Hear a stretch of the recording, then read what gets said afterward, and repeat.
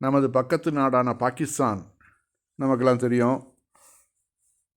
நம்மக்கிட்டேருந்து பிரிஞ்சு போனவங்க. அங்கேயும் சிறுபான்மை இந்துக்கள் இருக்கிறாங்க.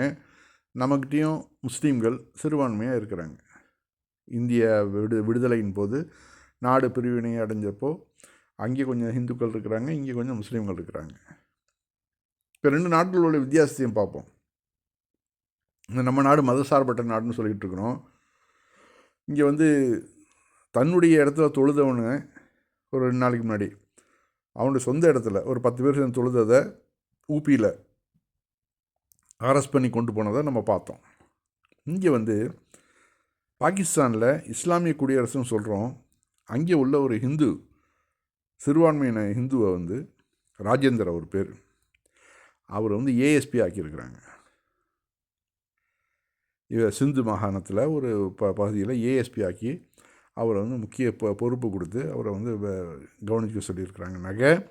நாம் இதை எப்படி நம்ம எடுத்துக்கிறது? நம்ம நாடு மதசார்பற்ற நாடுன்னு சொல்லிகிட்ருக்குறோம், அது இஸ்லாமிய குடியரசுன்னு சொல்லிகிட்ருக்குறோம். ரெண்டு இடத்துலையும் உள்ள வித்தியாசத்தை பாருங்கள். அதான் அங்கே ஒரு கமெண்ட்ஸ் ரொம்ப எனக்கு பிடிச்சிருந்தது. வாஜித் அஜீஸ் குரைசிங்கிற ஒரு எழுதுகிறாப்புல. இது ரொம்ப பெருமையாக பேசிக்கிட்டு இருக்கிறப்ப அவர் என்ன சொல்கிறாரு, what is so surprising about this? Looks like there is no ASI ever form from your reporting. These Hindus are also Pakistani. Religion has nothing to do with Pakistanism. Just like there is a Muslim in this country, there is a Sikh Christian. And if he is a Hindu, what is the surprise is that? அப்படிங்கிறாப்புல. கவனிச்சிங்களா?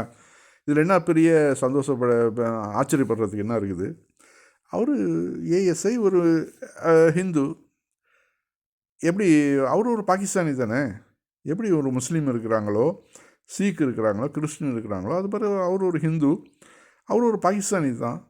பாகிஸ்தானில் இது இந்த பார்சியாலிட்டிலாம் பார்க்க வேண்டாம், அவர் வேலையை ஒழுங்காக செய்கிறாருன்னு பாருங்கள் அப்படின்னு அவர் கேட்குறாப்புல.